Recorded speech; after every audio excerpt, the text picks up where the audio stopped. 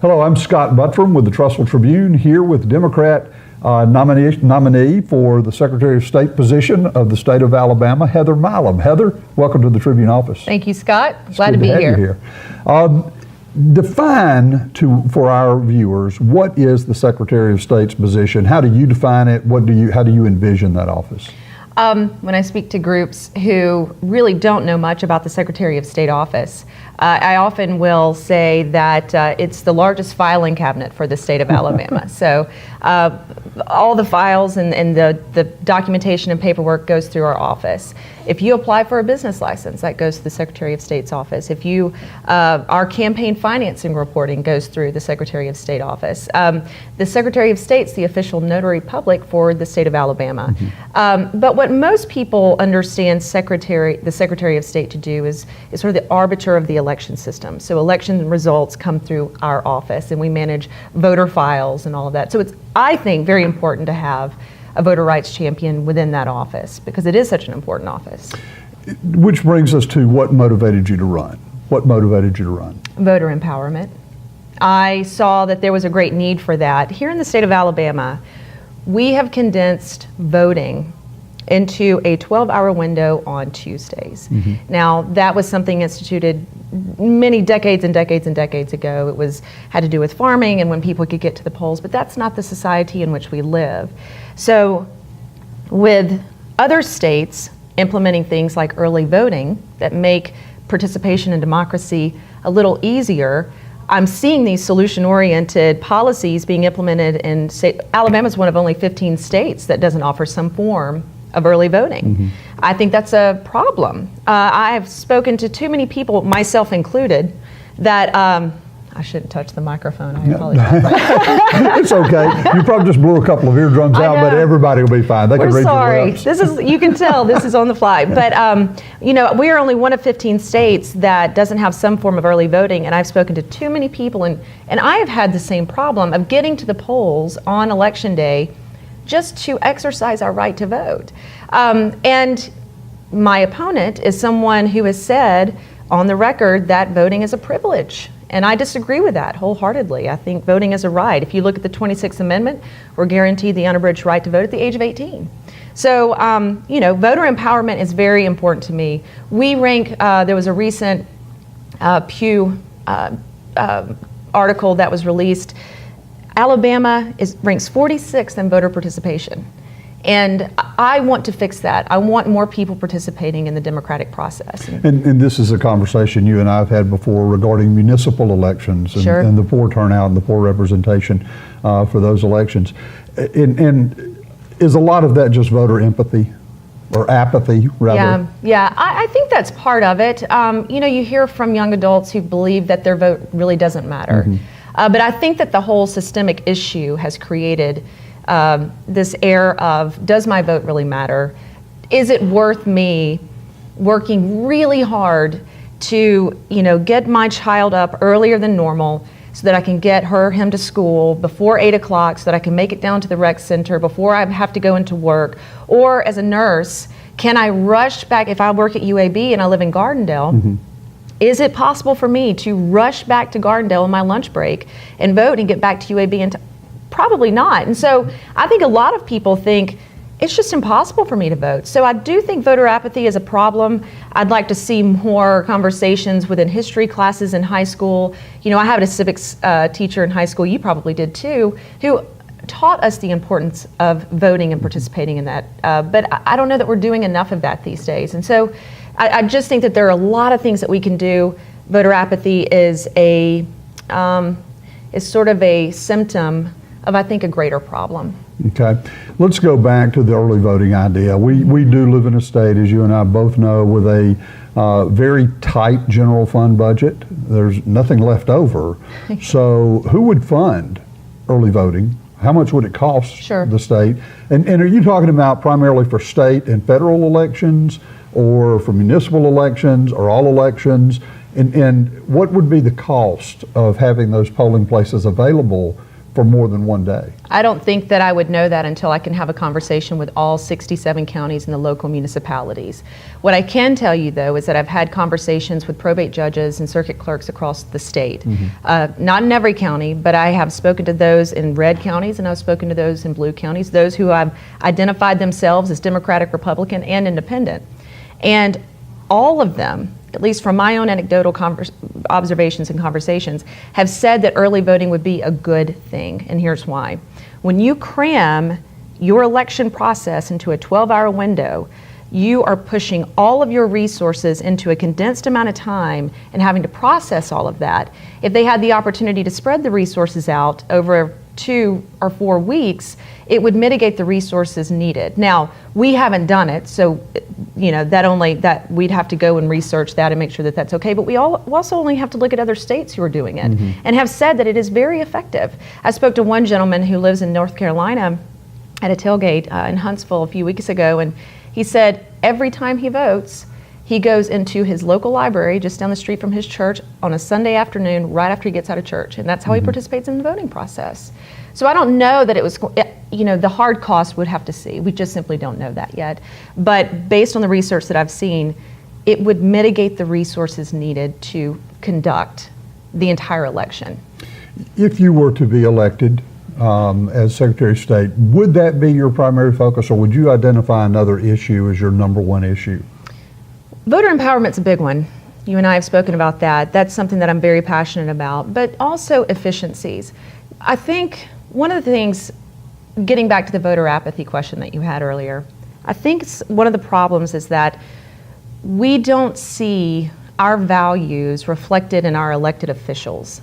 And I want to be a public servant that actually works for the people, someone who doesn't intimidate her constituents, someone who listens to their concerns, someone who, directly reflects their values and their concerns within the office. And I've seen too, there are inefficiencies between the Secretary of State office and local municipalities. I've spoken with other people throughout the state that work or even volunteer with the election process. And getting back to the election process, I think there are inefficiencies that need to be taken care of. And as an elected official, it's important for me to be a true public servant in whatever way that is, making sure that the office is run with respect, with a good relationship open to the legislature, that I'm listening to them, but also being a strong advocate for the Secretary of State office, which is a vital office for the state of Alabama. And so I think voter empowerment was one that really led me to explore this avenue of running for this particular office.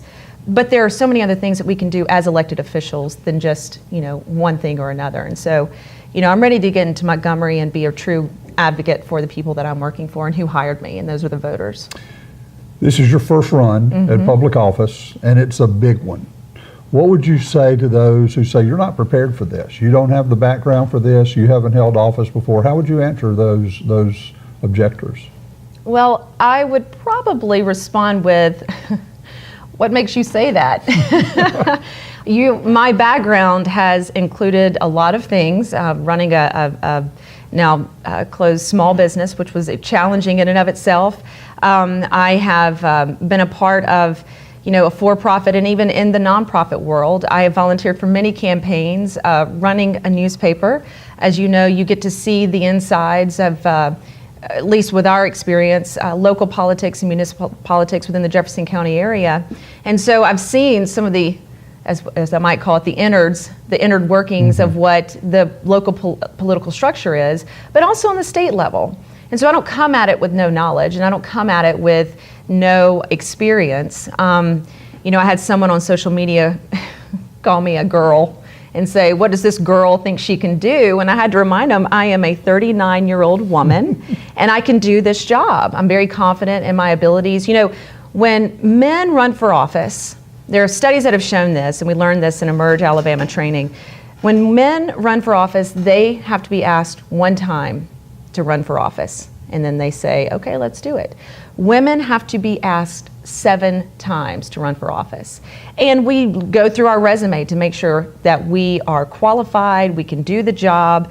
And so, I mean, if you were to take a gamble on a first timer, gamble on the woman, because boy, we look at our resume to make sure that we can actually do this before we set out to do it. Well, you mentioned the fact that you have been in the newspaper business. In fact, that's in the interest of full disclosure, that's where you and I met, and that's Sure. how we've known each other.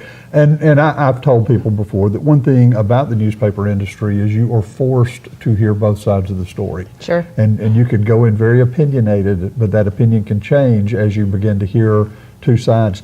Do you think that experience would help you in holding public office? I absolutely do. And I would push back on what you just said and say, I don't even know that you get the luxury of having an opinion in a lot of those situations, right? You have to put that aside, and you have to listen to both sides. And with our newspaper and with yours, one of the tenets of journalism is presenting the facts. Right.